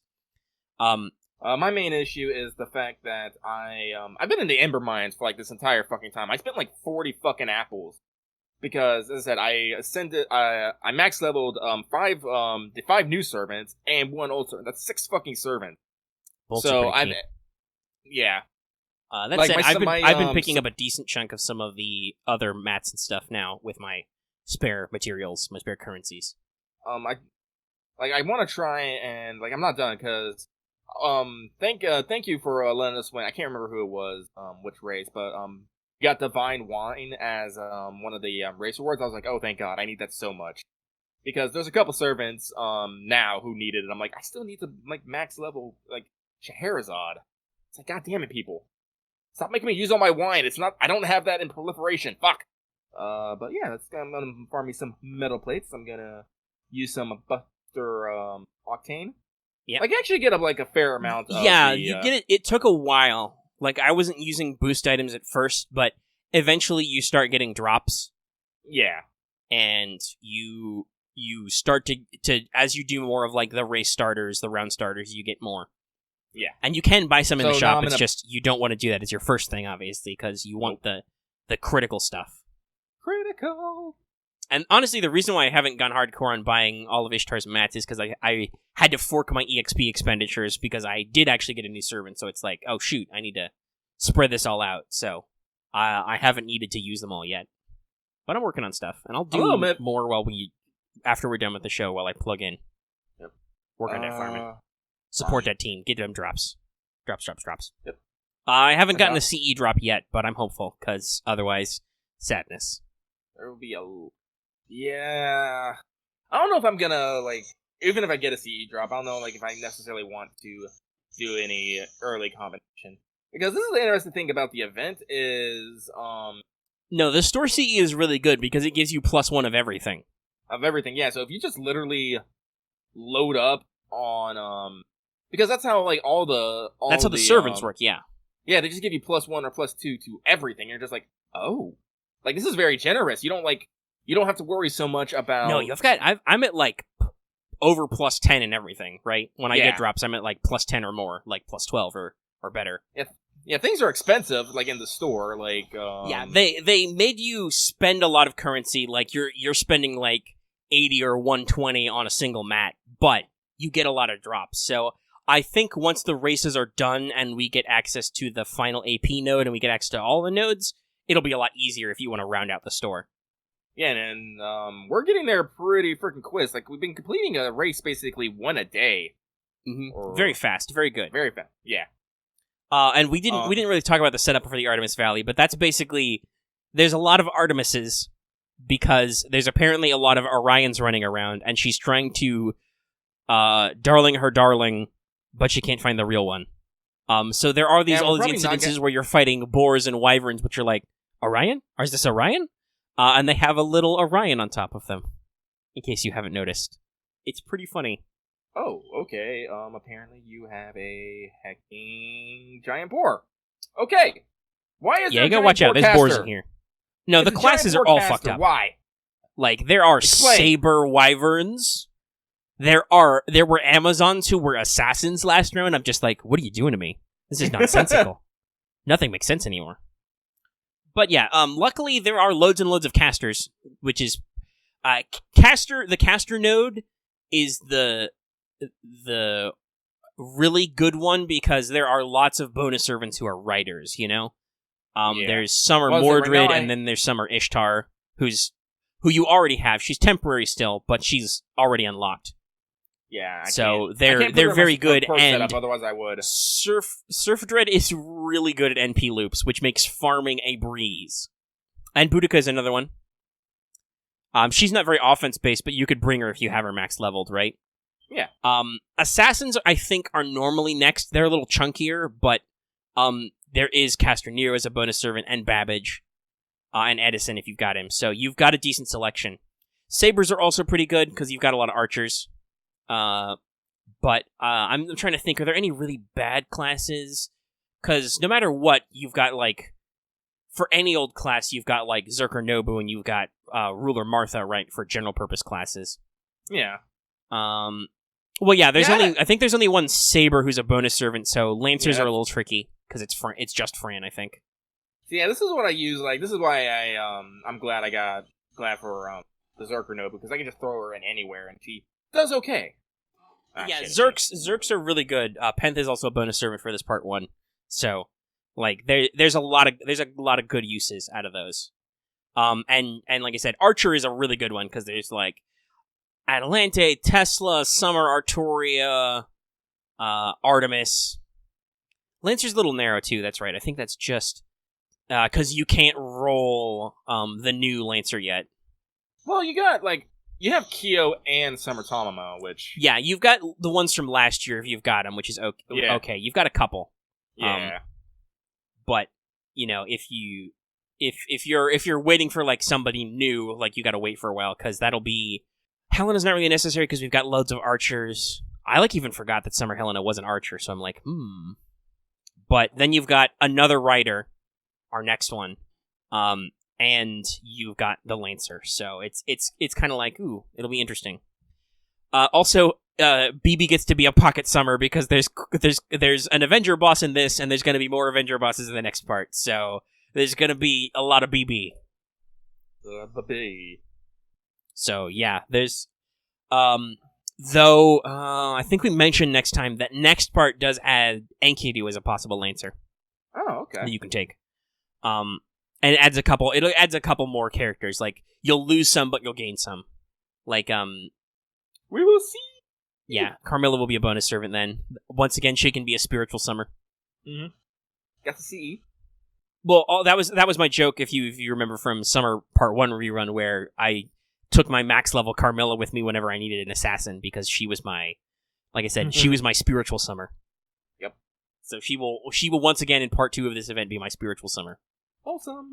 So yeah, writing in Summer Part 1, super great. Hopefully, like I said, I think because it's much more, the plot is much more contiguous and dynamic, it will, like if you think the jokes are good now, I will tell you, at least from my experience with the community, the Part 2 jokes are much more saved and iconic, right? Like, oh, really? Those are scenes that are more discussed and screen capped in there, okay? So, like, I think the energy will stay high throughout the whole thing. Okay, cool. Which is good. But, the as usual, the Part 1 writing, amazing. Perfect. I love it a lot. Yeah, so we're at an hour 40, Lucky. Nice. I figured it would be pretty long, because we took plenty of time on that. So let's see. Do you think for pacing we should still do, so you didn't get that 5-star this, week? We probably should, just because otherwise we're going to have to do a lot next week. Yeah. Let's get that All right, so I'll do it. Also, I wanted to briefly mention to people, because it's a new month, and we do like to do this occasionally, if there's any other events to look forward to this month. This one will be going until 8/20 overall, so most of the month will be taken up by Summer, but I just want to double check what should be next, for purposes of, anything we need to think about. So let's see. There was a Prisma Ilia movie campaign that we're not going to get. I don't know. Maybe that Ilia banner will come back, but maybe not. And you should expect a class-based summoning campaign. Number 3 will come up, and that will come with half AP. Which actually, no, it's not story. Okay, so it's free quests half AP and Arc 1.5 half AP. So yeah, all right. But then after that should be still, even with a 2-week delay. I think that will still probably be in September. But Nerofest is coming up, guys. Well, there was no 3 stars to get, and I got lots of 3 stars. Fuck you very much. I was covered in them, the trolliest stuff. Check Lucky's replies, because I tweeted at him some of the screen caps I took from my evening. Let me scroll back and try and find them, so I can link them to our friends in Discord. But yeah, if you want to know that sort of stuff, let's see. Is there a segment on Twitter just for replies? No, it's tweets and replies. But let me see if I can find my tweets on it. But otherwise, I don't know. Nerofest is cool. Everybody loves those lottos. That'll also be Nero's costume, so that'll be fun to check out. So look forward to some of those things. Let's see. There's a lot of art retweets. And a lot of other stuff, though. There's a tweet about some other stuff in there, some other gacha stuff I did. See, I'm not just retweets. Here it is. Okay. So I'm going to copy this tweet for the sake of our Discord friends. So yeah, you can check out these lovely pictures I took of some of my rolls. The first one, by the way, is my very first roll. And one of them is an iconic 3 Kiyohime's roll. So yeah, you get to see the shit I'm dealing with here. But yeah, so Nerofest began, because people are debating it. Nerofest began on the 6th of September in JP for this year. We're usually about 2 weeks fast. But also we had to jumble around a lot of stuff because of the anniversaries and summers. So we may scooch up a week, or we may scooch up more. Like, it may actually be the last week in August, but because we're going until the 20th, I don't know. Let's see, that leaves us with 10 days. So, yeah, we're definitely probably going to have more gap, because they need to squeak in that, let's see, it ends the 20th. Presumably a week for half AP in Campaign 3, and then I guess that leaves us with about 3 or 4 days left in the month, so it might be as early as like the 27th or 28th. We'll see. But it will definitely be going into September. Alright, everybody got that? Okay. Let's do so you can get that 5-star. Yay! Dead Heat Summer 1 Edition. So, Fran is a saber now. And one of the very few quick sabers. You're at the moment, the only other ones are Okita and Caesar, and in the future in Japan, there's only 2 more added, so very rare slot if you're covering that team balance. She's got a quick arts buster deck, so a Lancer style deck. Interesting. Her attack and HP are pretty in the middle. Her NP gen is pretty good though, considering she has robust hit counts. Also, she's got like 0.7, I want to say, NP gen, and her arts card has 4 hits, and her quick cards have 3 hits. So she generates NP pretty decently on her own. Her NP is a single target quick NP, which has a decent stance to stun the target, and then a time delayed debuff, which 1 turn later has a very low chance, but a chance to stun everybody. So lower your enemy's debuff resist. Her first skill, Summer Galvanism, costs 10% NP gauge, but it gives you back 40 to 80% NP gain for 3 turns. That's right, you can go as high as 80% NP gain for 3 turns. Which, considering her NP gen is already really good, this is phenomenal. Lament the Summer Heat costs her 500 HP, but strips a target enemy of their buffs and gives them 10 to 20% attack down. And we've talked about this before, buff stripping is an amazing, amazing ability. It's one of the great things about Jack, for instance. And then finally, her third skill, not overload, but barely loads, gives you 10 to 20% attack up and NP up for 3 turns at the cost of burning you for 5 turns. So this means that she has very soft buffs, but they last a decent while. And then she has, for passives, Magic Resistance E, Madness Enhancement E, so her 2 Buster cards have a little bit of up, and Riding EX, so her NP and those 2 quick cards hit hard. So she is a unit with quite a bit of spam potential. A single NP might not blow up the enemy, but you can fire off a lot of NPs in rapid succession. Alright? You're talking like, big chains, because her NP gain will be through the roof. She's going to be hitting hard on those quick cards. Her arts card is really, really strong. So, you're going to be dropping a lot of NPs, and it's entirely possible to start stun-locking people, especially if their debuff resist is shite. Medjed, Summer Nito, is now an assassin, arguably a class she's more suited at. She's weighted more towards HP than attack, with generation stats pretty typical for an assassin. She's got like a 25% star gen rate, pretty decent star weight. She's quick arts buster, with some low hit counts but high NP gen to offset. I think she's like 0.8 or 0.85, but she only has 2 hits on her arts card, so it's a little wigglier. You're going to want to try and do arts chains. Speaking of arts, her NP is an arts AoE with a moderate chance to instant death the targets, but it also reduces their defense by 20% for 3 turns. So much better as you spam it. Her first skill, White Garments, is basically an off-brand morph. It gives her 30% def up for 1 turn. It gives her up to 30% defense up for 3 other turns, so it scales a little bit. So you're looking at 1 turn of like 60% defense up. And also applies increased debuff resist. This dovetails into her second skill, Beach Panic, which gives her up to 200 damage cut. That means it physically reduces the damage by, 2,000. It physically reduces the damage by 2,000 per hit for 3 hits, and applies 1 turn taunt. In case you're wondering what she's good for. And then finally, High Road to the Hot Sands is an all-in-one self-buff. It gives her a max of 30% attack up, 20% NP damage up, and 30% NP gain up for 3 turns. Her passives are Presence Concealment A and Divinity B. So all of this makes her kind of an assassin tank. She will probably not do as good at certain tasks as specialist units, but she has pretty decent star gen on her own. She has pretty decent NP gain on her own. She can self-NP arts chain, Her hit counts aren't good for that, but she can still do the arts chaining. She can whittle down the enemy with her defense downs and has a decent self buffs. But really because she's weighted more to HP, she has the defensive buffs and that taunt. She's really kind of a tank where it's like, okay, I'm going to let Summer Nito take the heat so that my more fragile units can do bigger and badder damage, So next up, we got to talk about Summer Nobu, who screams onto the scene as a berserker, or is it a berserker? Ba-dum-ba. So she is strongly weighted more towards attack than HP. Her attack is just below Beowulf and Nightingale, and her HP is also just under them, or just under Beowulf. So she's a strong hitter, and she has everybody's favorite gorilla deck. That's the triple buster deck. Her first skill is a 1-turn evade, which also gives her 10 to 20% buster up for 3 turns on a 6-turn cooldown. This is pretty vital as a defensive skill. She needs a little something.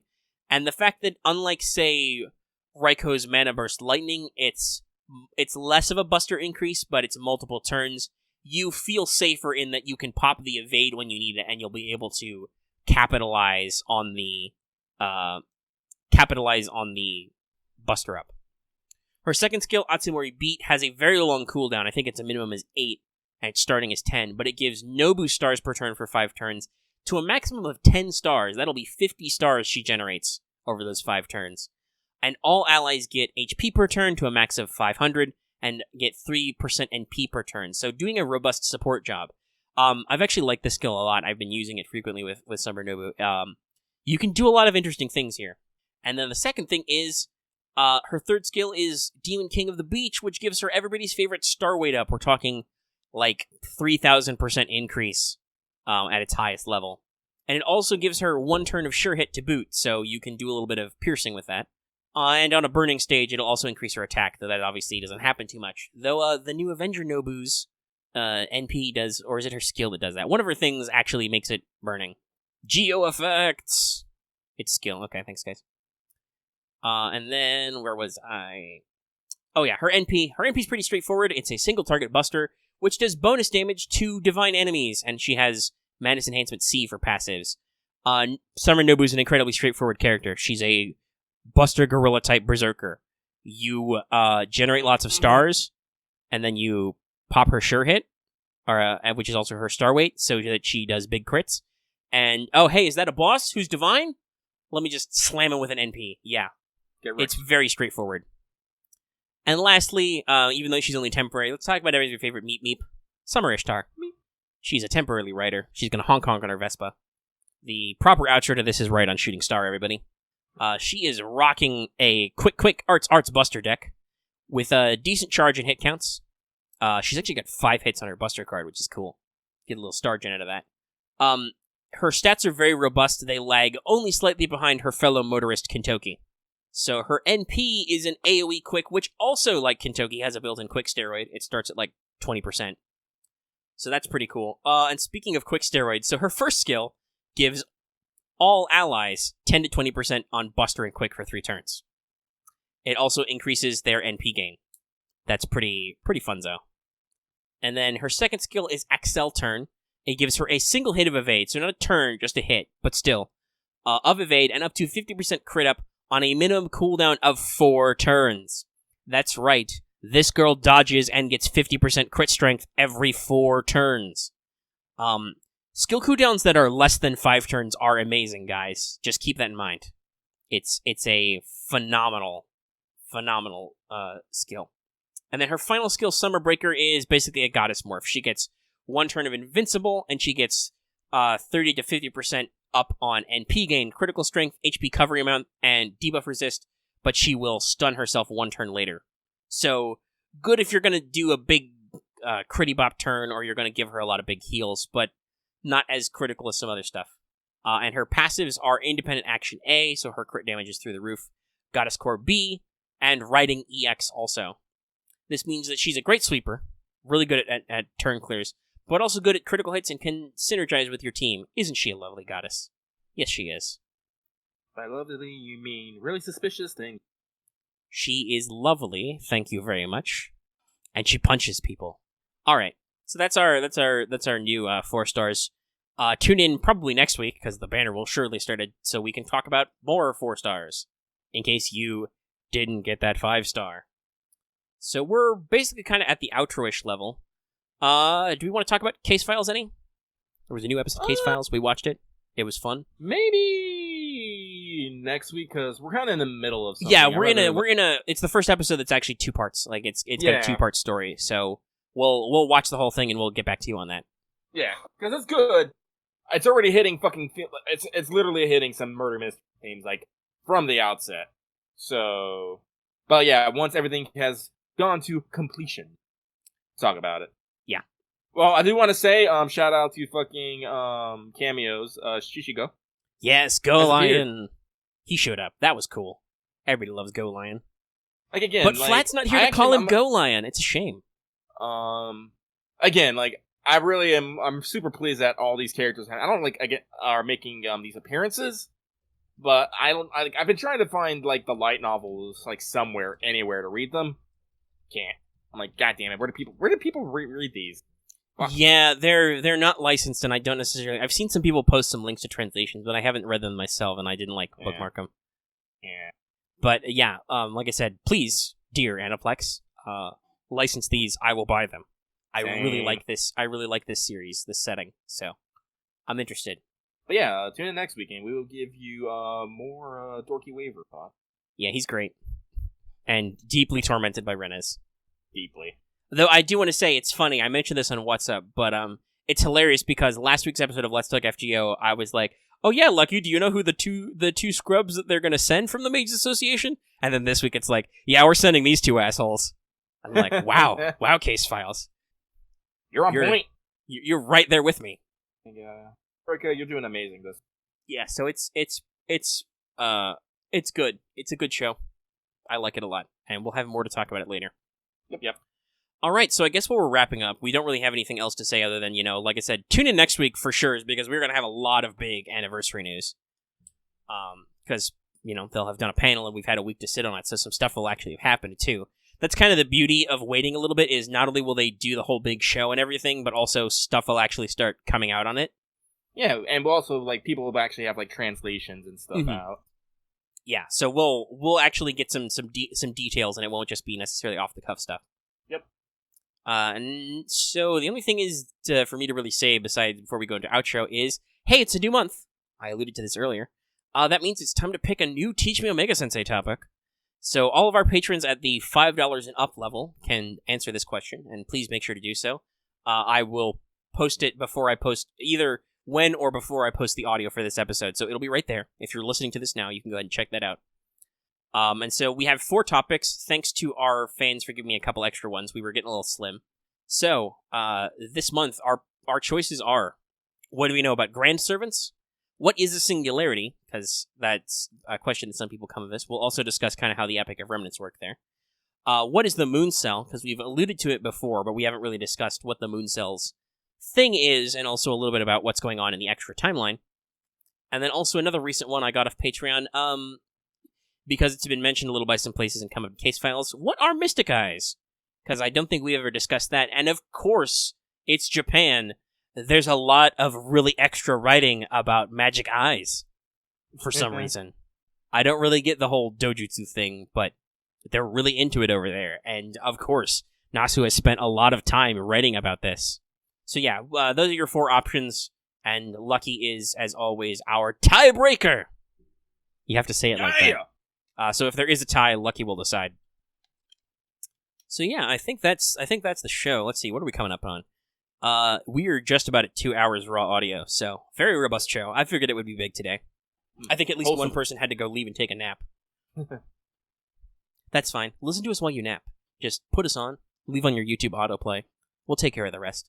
That's actually how I get to sleep some nights, is I just pull up YouTube videos and listen to them. But yeah, so, I guess we're ready to go ahead and wrap on up there. Yeah, I got nothing. So, if you like this video, be sure to give it a like. It's really helpful on YouTube and lets us know about your responses. If you have any comments, leave them in the comments section down below. Let's Talk FGO usually does pretty good in comments, but we have some very specific asks this week, so please remember to give us your thoughts on things. like questionnaires, other future stuff, whether or not you believe in justice for the couch. Let me know. Lucky laughed at that, so I will now never let the justice for couch thing go. That's how I operate. If Lucky chuckles at something I did, I know I'm doing it right, and I'm like, nope, I will never forget this. And of course, if you're new here and haven't already, please subscribe to our channel. We're aiming for that 2K, and we'll do another big live episode to celebrate, and some other stuff. And like I said, it really helps us get attention and keep doing more, so keep that up there. And even if you're already subscribed, don't forget to hit that bell for notifications so you always know when we post a new video, because we post videos all the damn time. They're all over the place at weird hours. Also, this is a thing I've experimented with. I probably should have mentioned this in the future stuff earlier, but I'm also, like, really experimenting with it, so I don't know if it's a big deal yet. But I've been playing around with premieres a little bit, which people seem to have enjoyed a couple of premieres, so I'm going to play around with that more, with more videos. So notifications are good to let you know when we're about to do a premiere, maybe. So you can watch stuff kind of as an audience together. And of course, like it says at the front of the show, consider supporting us on Patreon. For as little as $1 a month, you can get access to all of our shows in downloadable audio format, our entire backlog, as long as you've been doing audio. Not just Let's Talk FGO, but also our sister show, What's Up, where Lucky and I just talk about whatever. Pro tip, we're going to talk a lot about tabletop games this week. Just warning you. And also, you can listen to old episodes of Anime Power Hour, and you can possibly give those episodes more listens than they did when they were new, because nobody watched Anime Power Hour. That's fine, it's a joke. We joke about it now. We were experimenting. We were young. And so keep that in mind. You can also get stuff like listen to us live, you can vote in polls, you can get shout-outs at the front of the show, all kinds of good stuff. It's real fun. And so I think that's about everything to think about. So we'll see you next week for more Let's Talk FGO. We're going to talk about all the stuff we said we're going to talk about. It'll be super fun and super cool, and it'll have really rad art in it because there will be new servants released, I'm sure. Yeah. There'll be something flashy in there. And, yeah. So, we'll be sure to see you then. Also, tune in sometime this weekend for What's Up, because, well, What's Up's kind of a beast to edit and process, so it takes a while. But it'll be out there. Stay tuned for a Made Alter wanted soon, too. I gotta get my assets together for that, because I don't know when they're going to launch the new banner. It'll be soon, though. It'll be it's supposed to be like a week after the first one happens, so hopefully not also on like a midnight on a Saturday or Sunday, but, you know, I'll get it set up for you guys. And, who knows? It's a new month. Maybe Lucky will remember to live stream some stuff, do some live stuff. Mostly I've just been trying to figure out what I want to stream. We talked about this a while ago. What was it, the poll for something new? Was it like 76%? Yeah, basically, the main reason why I haven't been live streaming it is the fact that, well, I do like Shovel Knight. Plague Knight, well, I don't, excuse me. Well, I do like Shovel Knight, and I definitely like playing Spectre Knight. Plague Knight is just a little too technical for my taste. I feel like that DLC was designed for that, like, extra technical play, it seems. Yeah, and well, I'm not, like, necessarily against it. It's one of those things that I'm not gonna be good at playing and talking at the exact same time, because I have to focus too much on actually getting the thing done, rather than, you know, being entertaining. And trying to, like, you know, so trying to be entertaining and play a game competently, that, like, really stressed me out, because, as I said, I don't want to, again, it was actually funny, this guy was actually trending on Twitter, I think, like, a couple nights ago. I don't want to Aaron Hansen it and, you know, like, be funny, but be completely incompetent at playing the game for whatever reason. Because I like making good progress in my games. And if I'm fucking up because, you know, it's just a game, being difficult, that's one thing, but it's fucking up because if I'm fucking up because I have to divide my attention, like, that's like, no, I'm not actually being a good, streamer. That said, as soon as the Patreon money comes in, I think what I'm going to do is I'm going to buy Bloodstain. Just came out, like, less than a month ago, I believe. Well, fairly recently. And I'm gonna play that on PC. I just gotta double check my computer specs to make sure it can run. Dallas, you buy me a fucking, capture card, USB capture card, I'll do that. I actually need to sometimes check if my card works on my Switch, because it's got HDMI ports, but I haven't tried it. Anyway. I wouldn't mind, streaming, console stuff, but again, like I originally had bought an Elgato to hook up into my computer, but my computer's motherboard is too old and did not have the proper connections for it, so I have to get a USB one. Yeah, we got to work on some stuff, but don't worry, we're working towards that. That's part of our growing and expanding thing. Yeah. So I said that's one of the purchases I do want to make, but again, like I'm still trying to save up to get a new tablet. That's like a $300 purchase. I said I want to get a capture card. That's could be anywhere between like $50 to $100 itself. I gotta buy new games. I think I can get like Bloodstained for like what, $29.99, $39.99, somewhere up in there. Yeah, I'm not sure if I want to... That's a weird question, because I want to play Bloodstained myself someday. So I'm like, I'm not sure if I want to watch you play it or what, but we'll see. Yeah. Three Houses, because our Discord does not shut up about it. Literally does not shut up about it. God damn it, you have taken over Game Channel with Three Houses. I shake my fist at you all. I want to like chat to people about Warframe. But I've had to mute I say. games a few times. Though now you're making me guys, check. Because I've been juggling so much gacha, which we will also probably talk about on What's Up tomorrow. That's when we'll talk about it. I haven't been as hardcore in Breath of the Wild as I wanted, but I did say last week on What's Up, I'm still thinking about what my next Switch game is going to be. But now I got to think because I got to double check about. Three Houses is still out of stock on Amazon. Yeah, it's still out of stock. This is part 2. You guys have convinced me to buy it, but Lucky is a person who enjoys having physical media rather than digital media. It's basically it's me being materialistic. Like I'm a materialistic kind of person. Well, also with the Switch and their whole cartridge system, I think it's really built for that, right? Like you got to go the extra mile to get your extra downloadable storage and all that. Yeah. So I want to get a physical copy. It's just that it's fucking sold out. Like on my usual supplier, Amazon. You have to go from third party. You have to go through third parties, and they have they know what's up. They have hiked the price up to like $70-$80. Yeah, Amazon's saying no. They changed. Okay, that's probably why they were weird. I was like, Amazon won't let me click on check on the thing, and it's like, oh no, it's because it's rapidly changing. So it was like, used and new for blah blah blah. Or there's dumb stuff where like it's $53, but it's $18 in shipping. I'm like, I'm sorry, you don't need to charge that much for shipping. Fuck you. This is a hustle. But yeah. So personally, I'm like, I'm gonna wait until they get it back in stock because I know Nintendo will put it back in stock because they're Nintendo. They will produce more cartridges. I heard that, like, I heard on the, well, I guess this is like, What's Up or whatever I'm talking about. I heard like they should be getting a restock like between the 6th and the 9th. That's what I've heard. If they do, I might have to go ahead and spring in there for there, assuming no kerfuffles. But I'll probably, if the Patreon thing doesn't work out over the weekend, I'll probably like double check, make sure everything's working. So hopefully by the start of next week. I'll tell you guys right now, if I'm somehow like super fucking amazing and I can get all of the Part 2 servants without having to spend a dime, that's gonna be a lot of like. I'll probably use our Patreon money to probably get a game and the USB capture card. Because I think that's like originally, like I had said, Live with Lucky was gonna be like a monthly thing. I think I'm gonna have to tweak that again just to be my live stream thing, because this is what I've realized. Me live streaming playing games is pretty much me just doing Live with Lucky. It's just now there's a video component with it. Which is much more entertaining than our super long podcast version, because it's like, there's no extra editing or other shenanigans in you streaming for 7 hours or whatever. Yeah. So again, I'm going to we'll go around, and I'll probably set it up so that patrons will get to basically vote on what I play and whatnot, and maybe even help. They'll get to decide the schedule. I don't know.